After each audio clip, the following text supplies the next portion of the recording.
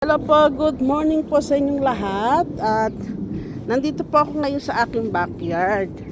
So gusto ko lang po sa inyong ipakita o i-flex ang aking kalabasa na tinanim ni nanay. Na tinanim na nanay.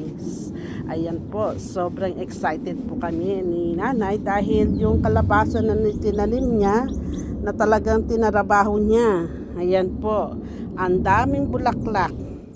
Kahit hindi na magbunga, basta maraming bulaklak, masaya na kami dyan. Ayan, all the way. Nakatatlong na po kami, tatlong beses na kami naka-harvest. O, di ba? Ang saya-saya. O, di ba? Yun lang po. At sana magustuhan niyo po yung video ko po sa araw na to. At kukuha na po ako ng mga bulaklak at para may ulam na namin ni nanay.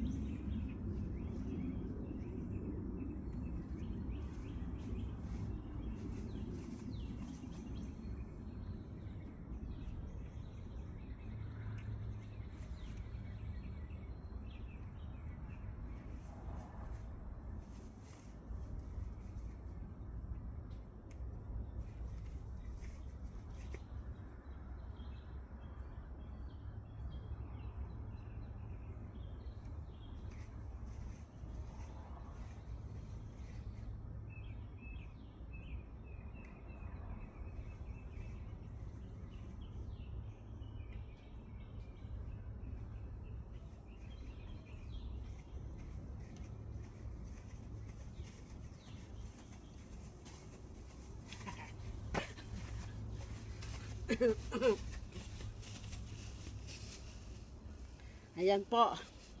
Ang dami ko pong nakuha ang bulaklak ng kalabasa.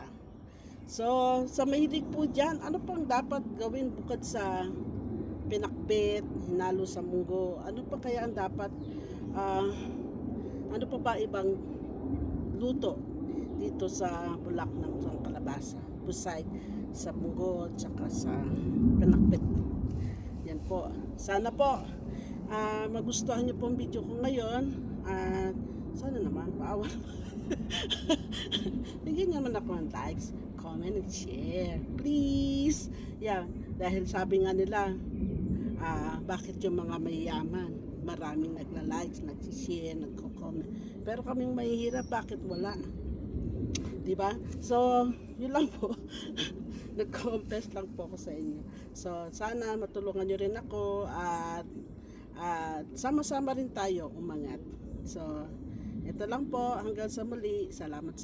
Maraming salamat po sa mga nanonood at gusto pa po mag-likes, comment and share. Thank you po. Have a nice day. And bye.